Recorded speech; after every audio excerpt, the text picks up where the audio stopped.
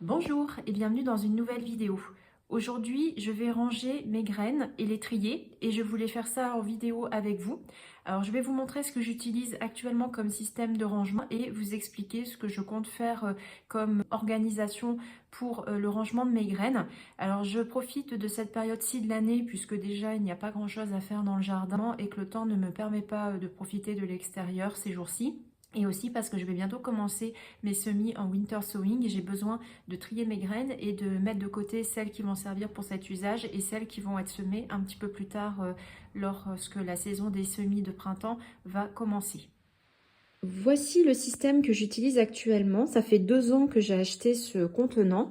À la base, c'est un système qui sert à ranger et à classer vos photos. Ce système est parfait pour pouvoir ranger vos sachets de graines. Je vais vous montrer après, la taille est idéale. L'inconvénient pour moi, c'est que je commence à avoir beaucoup de graines de fleurs et que ici, j'ai mélangé à la fois mes graines d'aromatiques, pour le potager, pour les fleurs ornementales et les fleurs un peu auxiliaires pour le potager, et j'ai du mal à m'y retrouver. Donc j'ai besoin de réorganiser un petit peu mieux ma collection de graines, d'autant plus que j'ai également une boîte ici qui contient les graines que je récupère dans mon jardin. Et je commence à avoir du mal à m'y retrouver. Ce que je compte faire, c'est réserver cette boîte pour ranger uniquement mes graines de fleurs, trier ma collection de graines parce qu'il y a des graines que j'ai récupérées que je ne pense pas semer finalement en y réfléchissant avec le temps. Je vais mettre dans un autre contenant mes graines pour le potager et les aromatiques. Pour vous montrer, j'ai ouvert une de mes boîtes. Donc ici, c'est une boîte qui est réservée pour les rangements de mes graines de courgettes.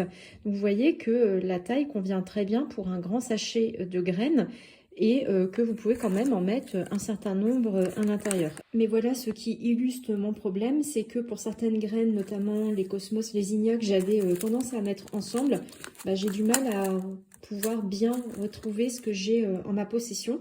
Et donc, je voudrais vraiment essayer de faire une boîte par variété. Donc, essayer de mettre tous mes zinnias ensemble, tous mes cosmos ensemble, pour pouvoir bien me rendre compte de ce que je possède, pour éviter de racheter trop de graines. D'ailleurs, vous avez remarqué que pour le moment, je ne vous ai montré aucun haul de graines jusqu'à présent, puisque je n'ai rien commandé en graines cette année. Donc ici, j'ai trié toutes mes graines de zinnia et ici mes graines de cosmos. Si une vidéo un peu plus dédiée sur les différentes variétés de graines que je possède vous intéresse, n'hésitez pas à me le dire en commentaire. Et donc là, je vais vraiment ranger dans une boîte tout ce qui va être cosmos et dans une boîte tout ce qui va être zinnia. Maintenant, je vais m'attaquer aux zinnias. Donc pour les zinnias, je vais faire 2 contenants différents. Je vais faire un contenant avec les graines que j'ai achetées, dont je suis sûre de la variété. Et après, je vais faire un contenant avec mes graines en pollinisation manuelle que je vous ai montré cette année.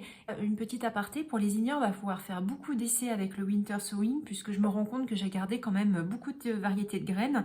Et clairement, je n'ai pas le courage de tout en sachet. Vous voyez, j'avais fait des conservations cette année comme ça, en mettant avec un stylo Posca la couleur du zinnia que j'avais prélevé. Donc là, ce ne sont que des graines prélevées dans mon jardin qui étaient en pollinisation ouverte. Donc par exemple, j'ai des zinnias qui étaient plutôt vert double, donc c'est la variété Envie. Mais ils étaient particulièrement beaux cette année, donc j'ai gardé pas mal de graines.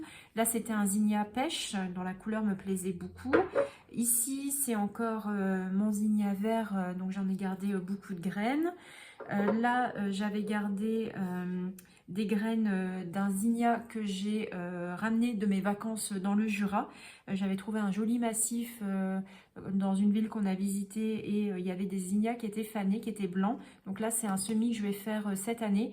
Celui-là, je vais peut-être plutôt le mettre en sachet puisque je voudrais penser à le semer cette année. Donc je vais le mettre avec mes zinnias classiques. Je sors un peu des graines très spécifiques. Donc il y a des graines que je ne vais pas conserver. Par exemple, ces graines de giroflée. Elles sont très belles, c'est pas ça le problème. Je les avais achetées il y a moins de 3 ans. Elles sont déjà périmées en fait depuis 2023. Et c'est vrai que l'année dernière, j'avais eu que 3 pieds qui avaient levé dans le semis. Et cette année, lorsque j'ai fait le semis, j'ai rien qui a levé. Donc les graines, je ne vais pas les conserver. Je vais les jeter quand même dans mon massif parce qu'on ne sait jamais. Peut-être que j'aurai des semis spontanés. Mais j'avais récupéré cette année des graines issues de mes propres pieds de giroflée. Alors c'est dommage que je n'ai pas réussi à obtenir de pieds parce que les giroflées, j'aime beaucoup ça au printemps. Avec les myosotis, ça fonctionne très très bien. Donc c'est pas grave, j'en ressemerai l'année prochaine. Mais voilà, donc faites bien attention en magasin parce que parfois vous pouvez trouver des sachets de graines qui sont à date de péremption courte si vous ne faites pas attention. Ici, je vais regrouper regrouper les graines de pavot avec les graines de nigel. Pourquoi? Parce que ce sont des graines qui ont besoin d'être semées à peu près au même moment, assez tôt en semis direct. Vous pouvez le faire à partir du mois de février, puisqu'elles ont besoin quand même d'une période de froid avant de germer. Les graines de nigel, ça ne sert à rien de les faire en winter sowing, elles détestent le repiquage. Les graines de pavot, pareil, mais l'année dernière je l'ai fait, ça a fonctionné quand même. Donc voilà, moi je vais faire les deux techniques, c'est-à-dire que pour les pavots, je vais les semer en semis direct au mois de février et je vais faire aussi un semis dans mes contenants de winter sowing et puis on verra ce qui va fonctionner au cours de cette année. Ici, c'est une de mes fleurs préférées, vous l'avez d'ailleurs en fleurs dans l'onglet short de ma chaîne.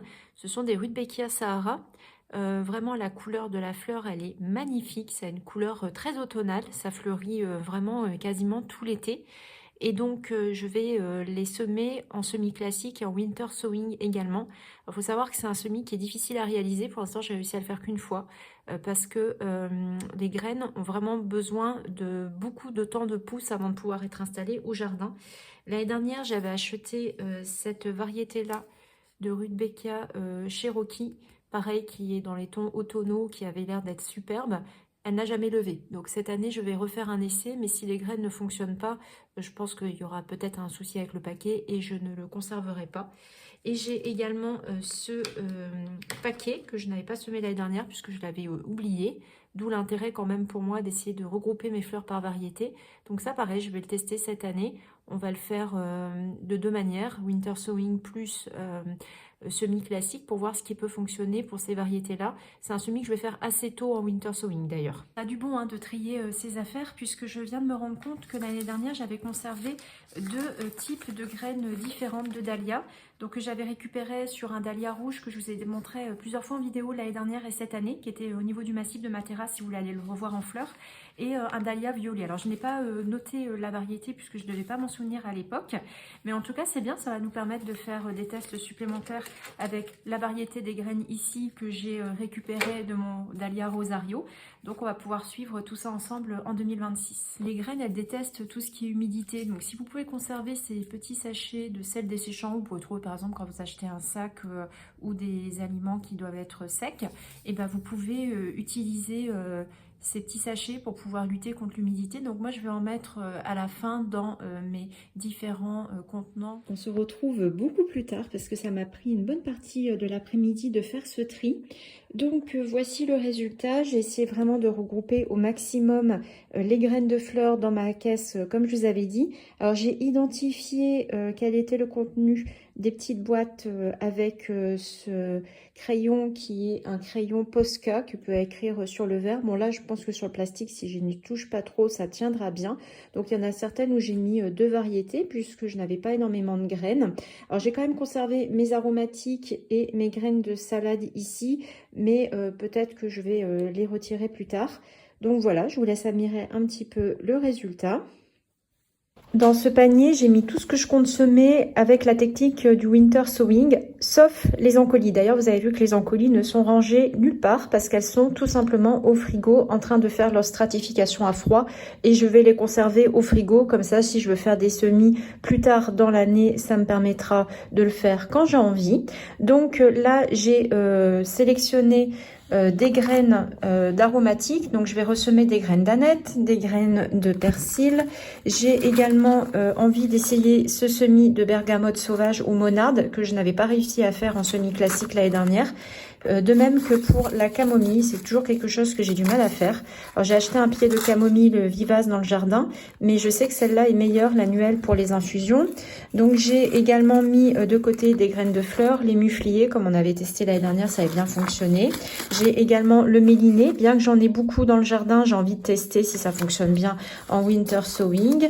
Donc après, il y a pas mal de graines de fleurs, calendula, toujours les mufliers. Je vais essayer aussi les delphinium et le verbacéum.